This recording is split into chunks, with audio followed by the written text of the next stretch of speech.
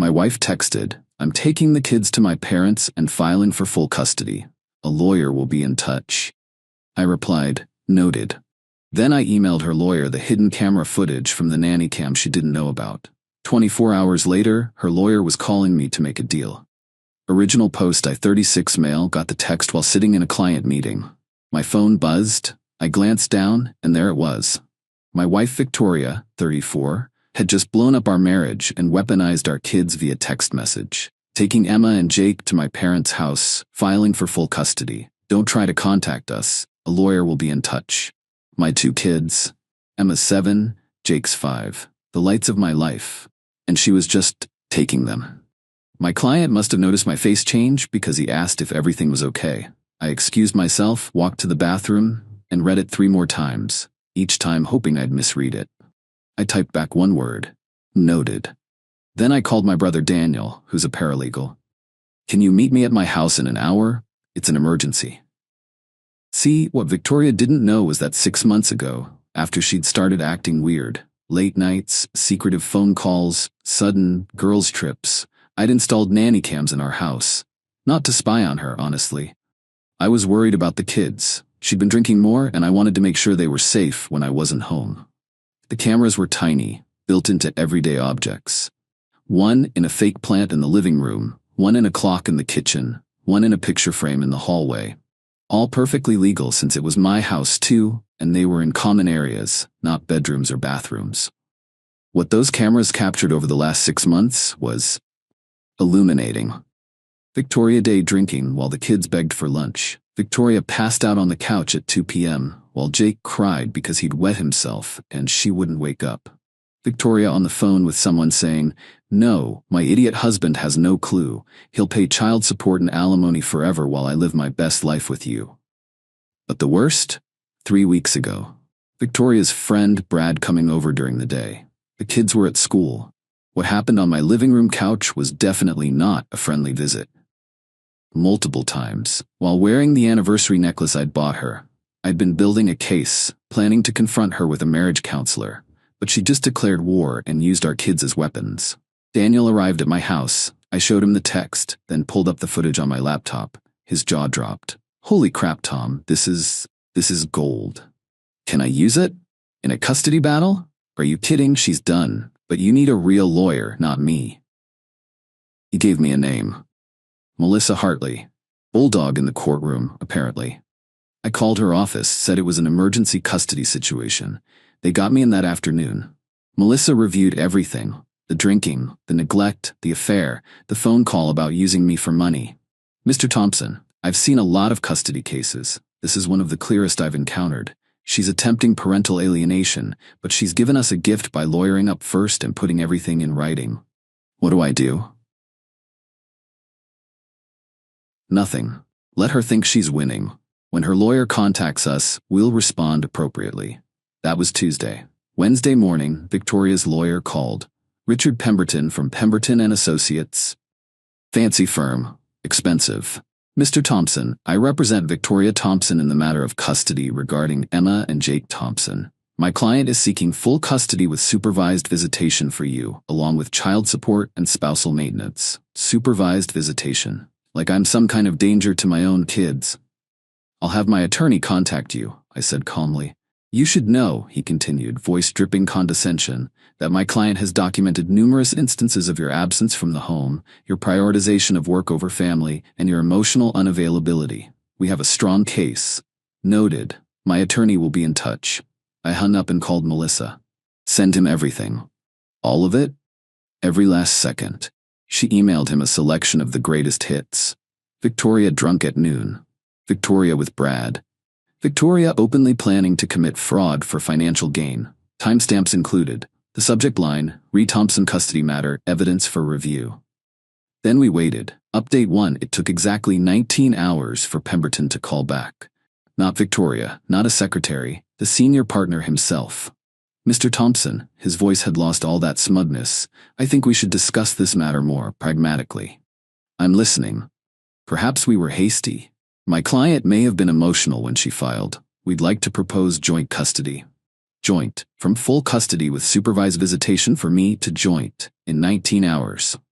Mr. Pemberton, your client took my children without warning, filed for full custody, and demanded I only see them under supervision. She's clearly established she doesn't believe in co-parenting. Now, let's not be hasty. I'll be filing for emergency temporary custody based on the documented neglect and substance abuse. My attorney will be in touch.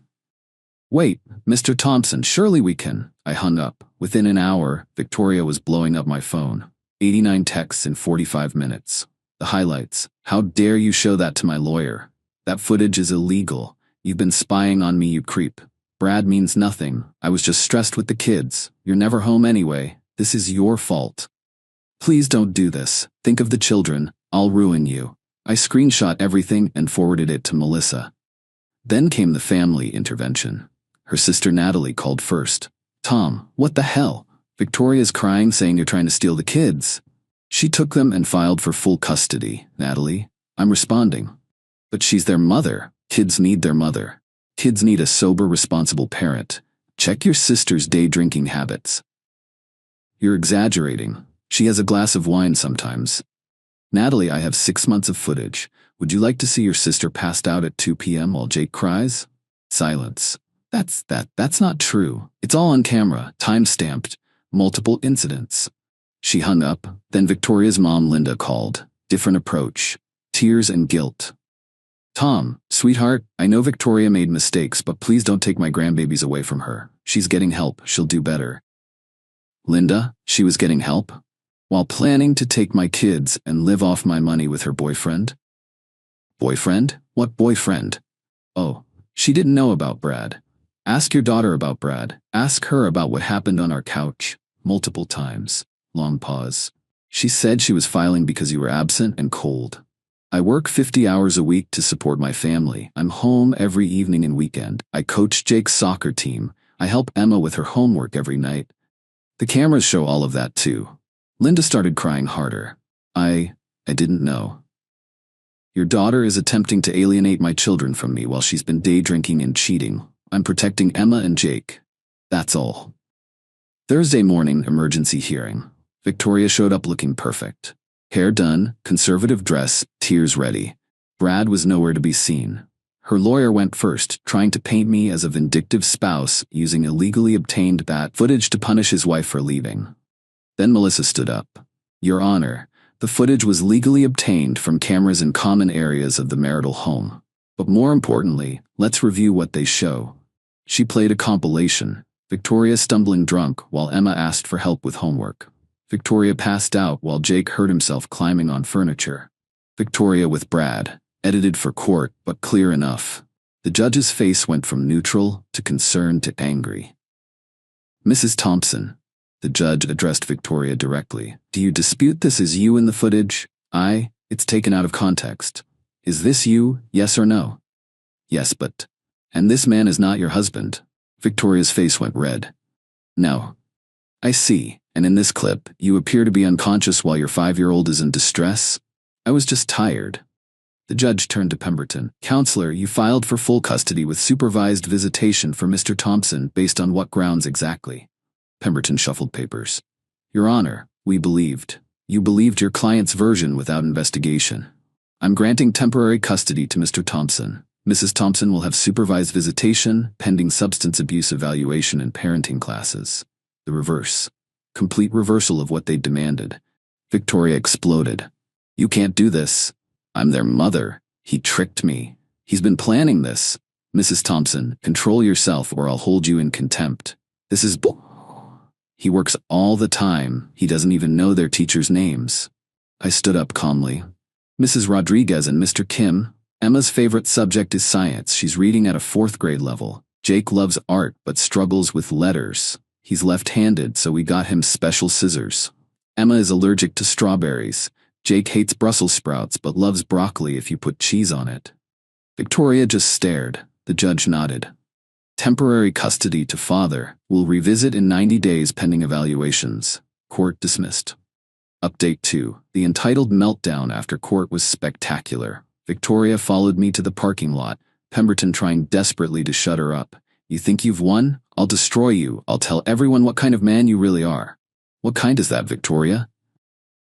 A controlling, manipulative bastard who spies on his family, as opposed to a drunk who neglects her kids while screwing around? She actually tried to slap me in front of her lawyer in the courthouse parking lot with security cameras everywhere. I stepped back, she missed and nearly fell over. "Victoria, stop!" Pemberton grabbed her arm. "You're making things worse." "Get off me. You're fired anyway. You said this would be easy." She stormed off to her car, her BMW that I paid for, and peeled out. That evening, I picked up the kids from Victoria's parents' house. Linda had been crying. She hugged me at the door. "Tom, I'm so sorry. I didn't know. She told us you were controlling, abusive." "I'm just here for the kids, Linda." Emma and Jake came running. "Daddy, are we going home?" "Yeah, kids, we're going home. Mommy said we were going to live at Grandma's forever," Jake said. "Well, plans change, buddy. You're coming home with me." Victoria's dad, Robert, pulled me aside. "Tom, is it true? The drinking? The other man?" I just nodded. His face hardened. "We didn't raise her like this." In the car, Emma asked, "Daddy, why was Mommy so mad?" "Adult stuff, sweetheart. Don't worry about it. She said you were mean to her." "What do you think? Am I mean?" Emma thought about it. "No, you make us breakfast, and you help with homework, and you fixed my bike."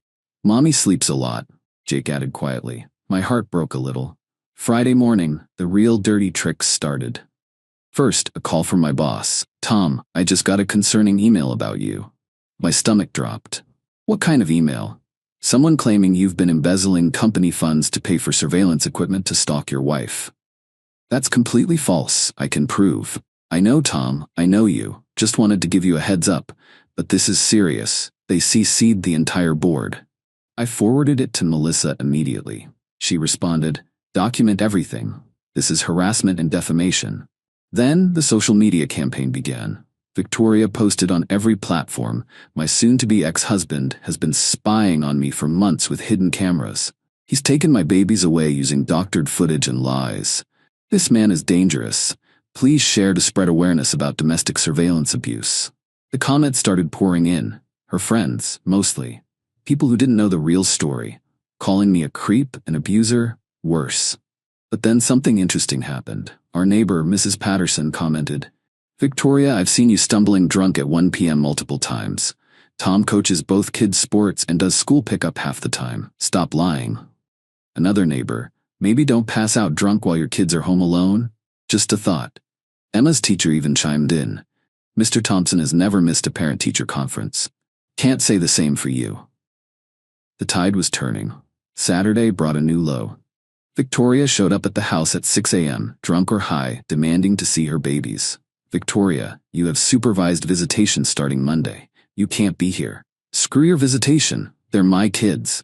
She started pounding on the door. The kids woke up scared. "Daddy, why is Mommy yelling?" Jake was crying. "She's just upset, buddy. Go back to your room, I'll handle it." I called 911. My wife is at my door, intoxicated, violating a custody order. Victoria heard me and went ballistic. Started kicking the door, screaming obscenities. The neighbors came out.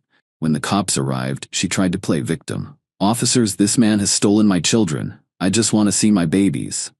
"Ma'am, have you been drinking?" "That's not, I had 1 glass of wine." "At 6 a.m.? They breathalyzed her. 0.12 at 6 in the morning. "Ma'am, you're under arrest for public intoxication and violation of a custody order." "You can't arrest me. I'm a mother. He's the criminal. Check his house for cameras. He's been stalking me." As they put her in the car, she screamed at me, "You planned this. You set me up." "Victoria, you showed up drunk. How did I plan that?"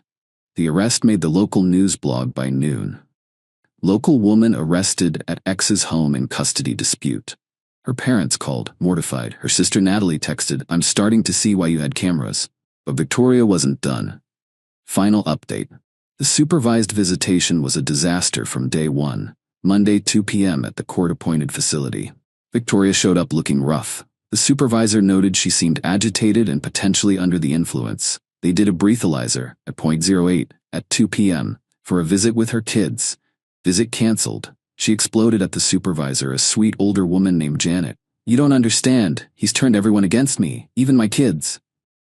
"Ma'am, you're not sober. You cannot visit while intoxicated." "I'm their mother." Security had to escort her out.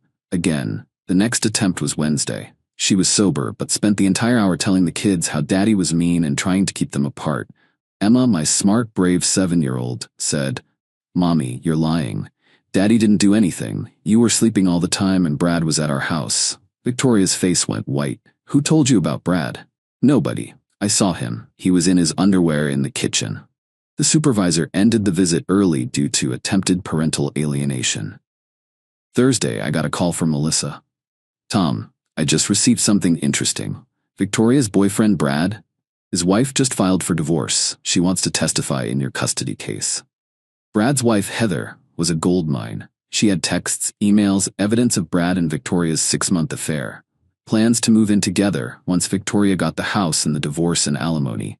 Victoria had texted Brad, "Tom's so stupid. I'll get the house, custody, and at least $4 a month. We can live so well." Brad had responded, "What if he finds out about us?" "He won't. And even if he does, courts always side with mothers. I'll cry abuse and get everything." Heather also had receipts. Literal receipts. Victoria and Brad's hotel stays on Brad's credit card. During times Victoria told me she was at her mom's or with friends. The final custody hearing was brutal.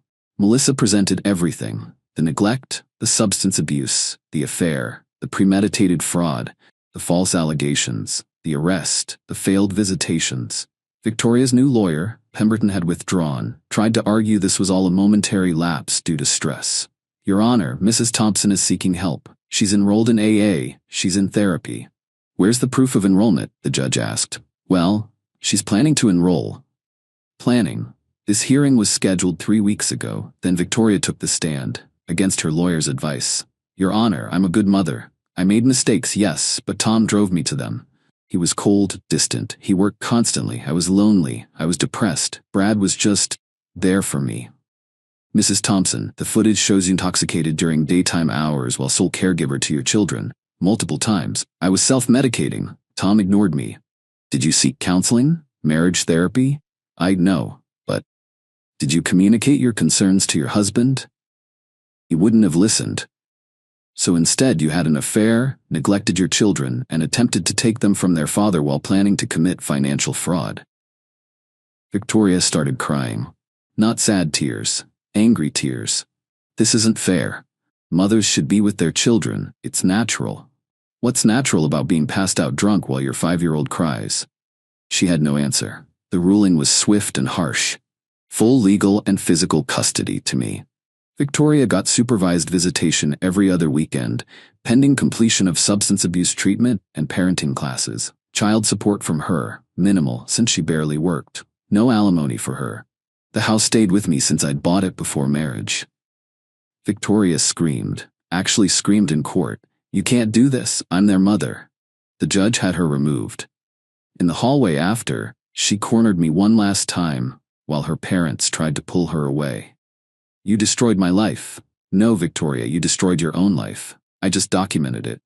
The kids will hate you for this. The kids are relieved they don't have to watch you pass out anymore." That hit her. For just a second, I saw reality pierce through her delusion. Then it was gone, replaced by rage. "I'll never stop fighting for them." "Then get sober. Get help. Become the mother they deserve. I won't keep them from you if you do that." She laughed bitterly. "Like you'd ever let me see them normally again. Victoria, I had cameras to protect the kids, not to hurt you. If you get clean, really clean, and can be a good mom, I want them to have you in their lives. But that's on you." Her parents dragged her away, apologizing profusely. It's been 3 months now. Victoria's completed 1 successful supervised visit. Sober. Appropriate. The kids were happy to see her.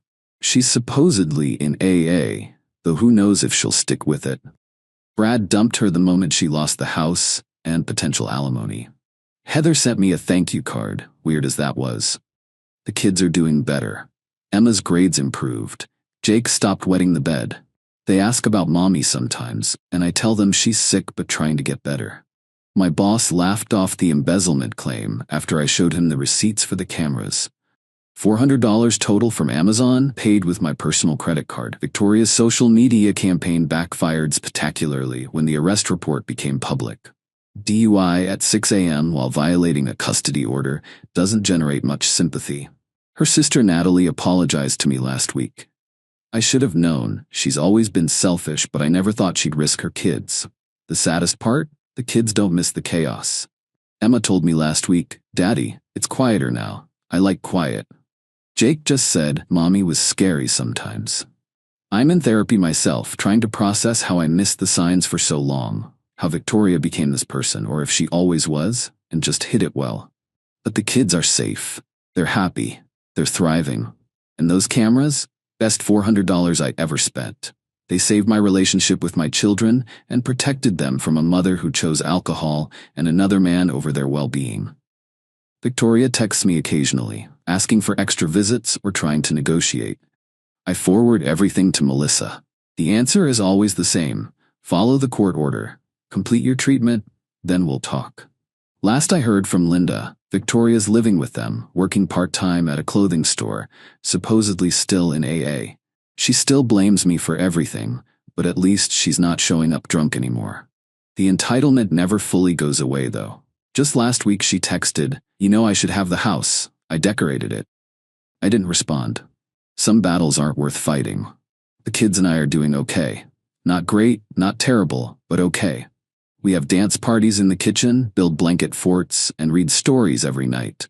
Normal stuff that felt impossible when Victoria was spiraling. Maybe someday she'll get it together and be the mom Emma and Jake deserve. But I'm not holding my breath. For now, I'm just focused on being the stable parent they need. And those cameras are still up.